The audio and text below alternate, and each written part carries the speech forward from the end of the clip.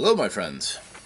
It is I, OmnusI, suited up for battle once more against the legions of ignorance in regards to the answer to the question that I've been given today from the RPG Brigade for the RPG A Day Challenge.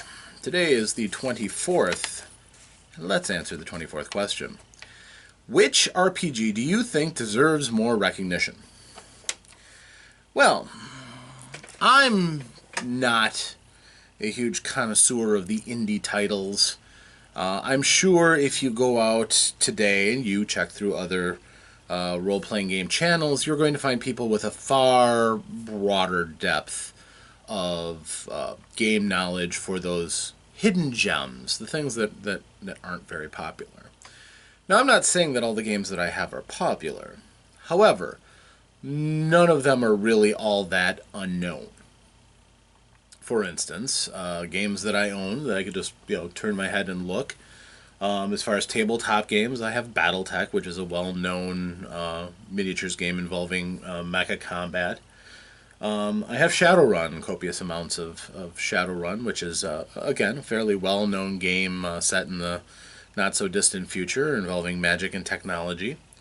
Numenera, a Monty Cook Kickstarter that has kind of grown into its own system that doesn't need any more attention. Star Wars D6 system and some of the other systems that came afterwards. Certainly people know of those. Gamma World, Rollmaster for people who like classic games. You're more than familiar with those probably. Paranoia, every iteration of Dungeons and Dragons before, up to AD&D First Edition. The World of Darkness games, I got a large collection of that. Of course, GURPS, I have a good selection. The Generic Universal Roleplay System, one of my personal favorites. As independent as I get is probably games like Legend of the Five Rings, set in mythical feudal Japan, and so on and so forth.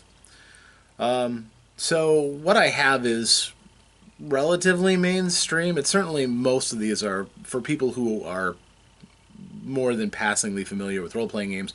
They'll be familiar titles. And while I have played some games that have kind of been out there at cons and one-shots, I don't really delve into those very much. I've got the fewer games than a lot of people do, but for me those games are much like a well-worn shirt. It's comfortable to slip on. I can instantly do everything that I want to do in them, so I don't really go out seeking games just for the sake of having newer games and such. There are a few exceptions, however, and I'd like to highlight one of them now. A game that I haven't heard a great deal of buzz about when it came out, probably because of the circles that it came out. A long time ago, I think it was 2000, a then relatively inexperienced cartoonist named Howard Taylor started a comic series called Schlock Mercenary, which I stumbled upon. I don't know if it was 2000. It was a while ago. I stumbled on it in, I think, around 2000. And it's lighthearted, hard sci-fi humor that goes, AI, spacefaring nations, and in the middle of it there is this small group of mercenaries, mostly human, but with some aliens, and just trying to survive and turn a buck. Later on, as the story ramps up, they do very well for themselves, although they do experience their own tragedies and things. Schlock, the main character of the story, is an amorph. A kind of looks like a blob of kind of beige-colored poo, really, but he's sentient, he's quite powerful, loves large weapons and explosives and things like that. An interesting character, and oftentimes the straight man for a lot of the humor, because he has these oblique observations and everything that kind of set up the rest of the cast around him. Then, he did this for quite a while. Eventually somebody hit on the fact that you've got years and years. And by the way, another impressive feat Mr. Taylor does, he makes and puts out a new strip every day, and has since he started the strip all the way until today. He has never missed a day, or if he has, he had backlogs so that it would post on time. Impressive to say the least when you can span over a decade of uninterrupted daily content.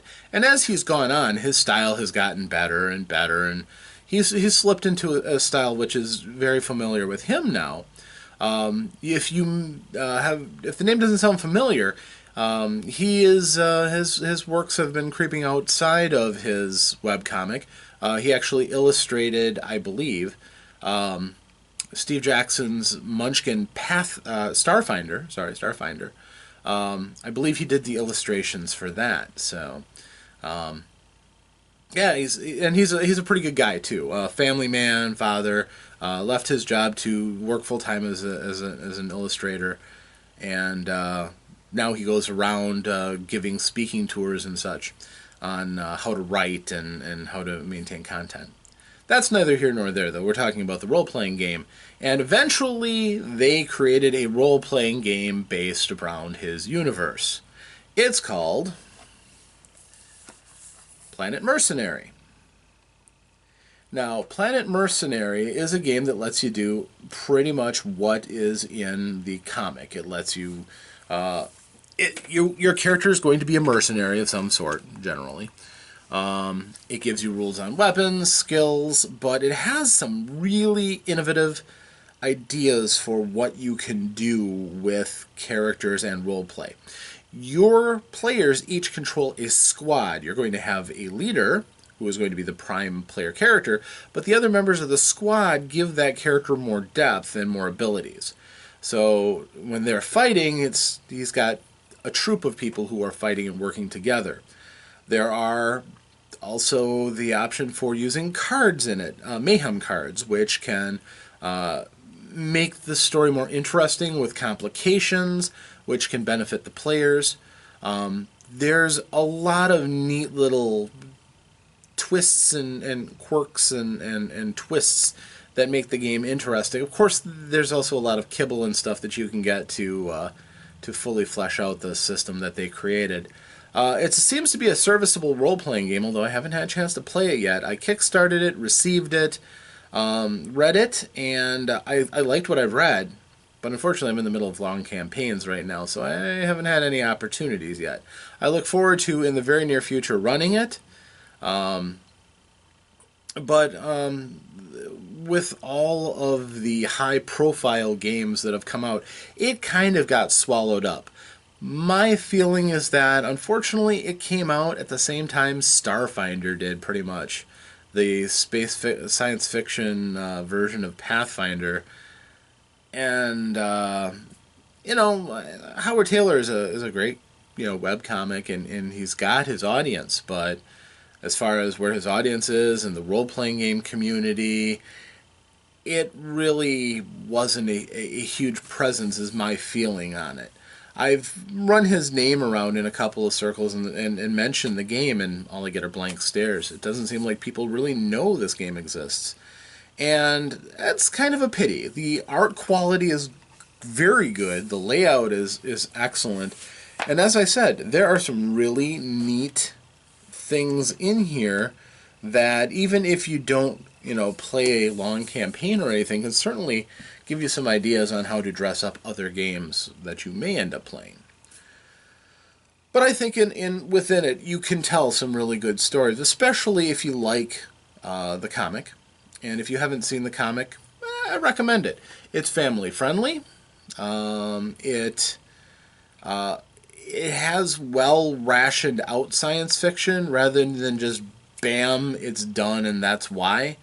In the beginning of the thing, there's no hyperspace or anything. There are wormholes which get you from point A to point B, but there's a lot of really crazy ideas that are deep science fiction, some of it theoretical physics, that he tackles head on very thoughtfully. It's worthwhile reading, certainly, and it will give you a chuckle or two if you're not careful. I find it very, very easy to engage and enjoy and consume. So that would be my pitch. I think this game has a fair amount of potential, just doesn't have an audience. I believe he's still selling it out of his website. I should have probably been more prepared to give more endorsement for it, but out of all the games that I have, this one right now is the richest as far as potential. That is just sitting on my shelf, just waiting to jump off and be used.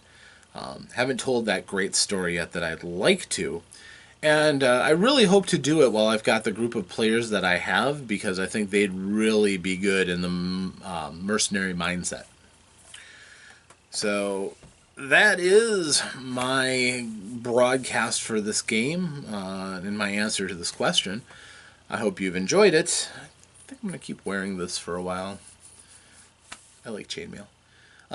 So anyhow, I am OmnusI. Thank you for joining me here in my lair, and I will see you next time here at the Lair of OmnusI. Farewell.